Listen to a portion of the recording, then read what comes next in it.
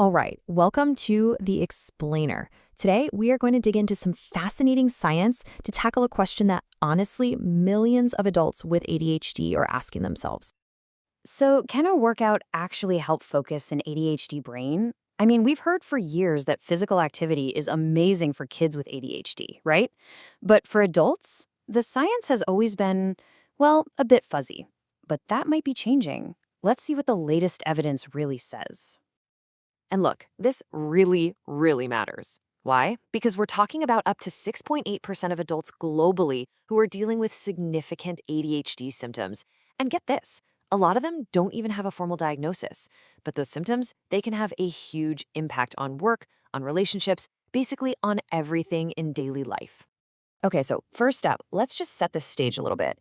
There's this common idea that ADHD is just a childhood thing, something you eventually grow out of. Well, the reality, it's not that simple. For a lot of people, it's actually a lifelong condition. The really obvious hyperactivity you might see in kids, yeah, that can definitely decrease over time. But those core challenges, the struggles with attention, with focus, with impulsivity, those often stick around, and they can create some very real hurdles in your social life and your career. So, how did researchers get a clearer answer for adults? Well, they didn't just go out and run one single new experiment. Nope. They took a much bigger, bird's eye view approach. And understanding how they did it is actually crucial to making sense of the results. What they did is called a meta-analysis. And honestly, the best way to think about it is like this.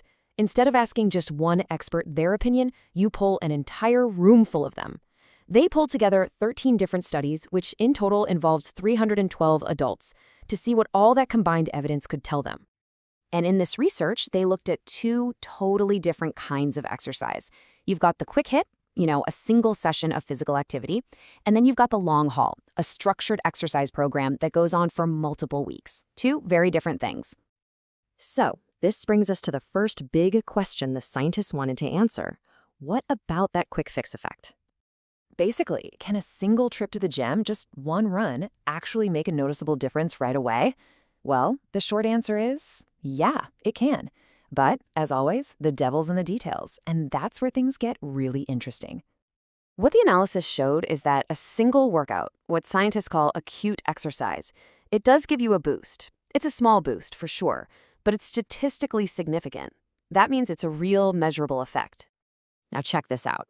When they broke it down by the type of exercise, a clear winner emerged for that quick fix.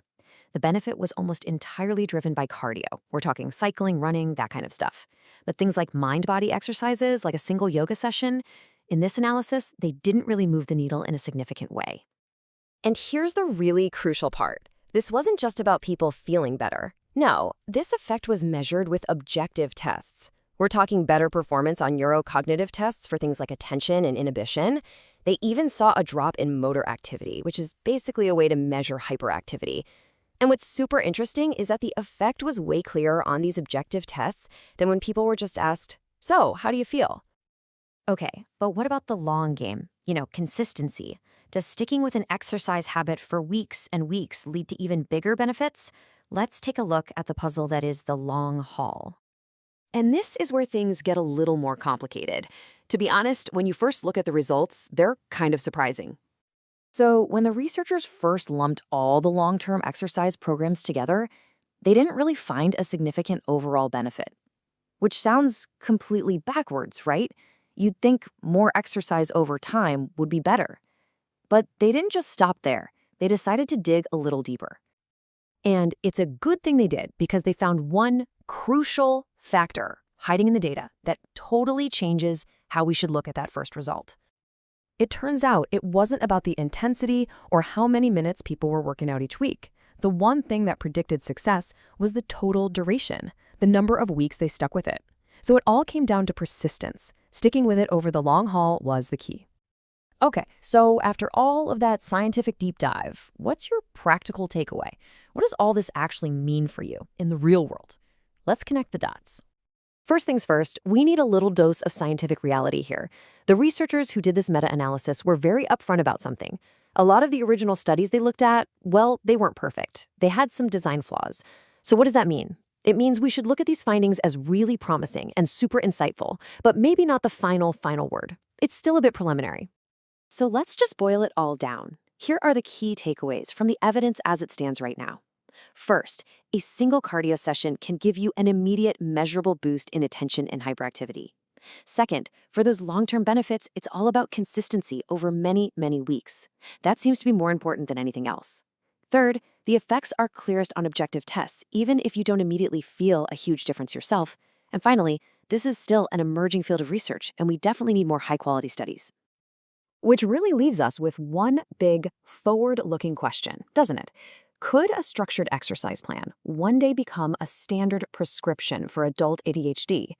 You know, as the research gets stronger and stronger, we might just see physical activity become a core part of the treatment plan, right alongside everything else.